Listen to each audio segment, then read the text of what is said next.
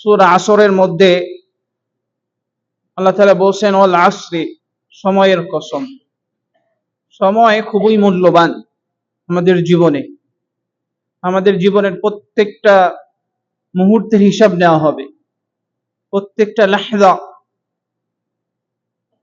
প্রত্যেকটা দাকিকা মানে আমাদের হিসাব নেওয়া হবে। এর জন্য প্রত্যেকটা সময় আমার জন্য মূল্যবান, প্রত্যেকটা সময়। এর জন্য বলা হবে ইকরা কিতাবাকা কাফা বিনাফসিকা আল-ইয়াওমা আলাইকা হাসিবা, যে তুমি তোমার আমলনামা পড়ো। প্রত্যেকটা লাহজা, প্রত্যেকটা সেকেন্ডে আমি কি করেছি আমাকে পড়তে বলা হবে।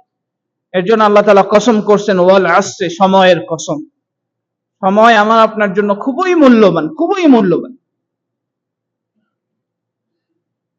এরপর আল্লাহ তাআলা বলছেন ইল্লাল ইনসানা লাফি খুসরি, ইন্না, নিশ্চয়, আল ইনসানা, সমস্ত মানুষ, লাফি খুসরিন, অবশ্যই ক্ষতিগ্রস্তের মধ্যে আছে। সমস্ত মানুষ, সমস্ত মানুষ ক্ষতিগ্রস্তের মধ্যে আছে।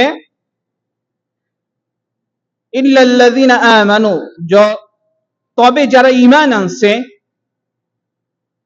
ঈমান আনছে, স্বচ্ছ ঈমান আনছে, ওয়া আমিলুস, এবং সৎ আমল করছে,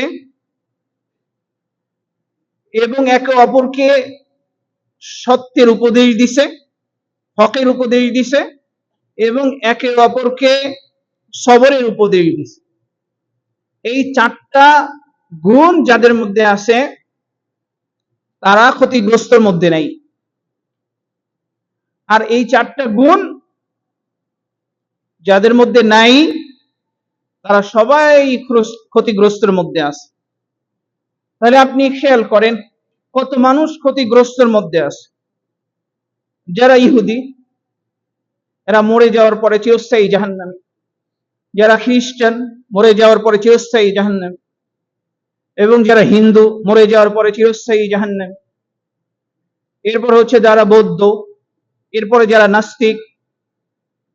মুসলিম ছাড়া অন্য যারাই আছে সবাই মরার পরে চিরস্থায়ী জাহান্নামী, চিরস্থায়ী। তো কত মানুষ এই রকম চিরস্থায়ী জাহান্নামী হবে আপনি একটু চিন্তা করে দেখেন। তো আমরা যারা মুসলিম, আমরা যারা ঈমান আনছি, তো তাদের মধ্যেই খেয়াল করে, তাদের মধ্যেই যারা ঈমান আনে নাই তারা তো চিরস্থায়ী জাহান্নামী যাবেই।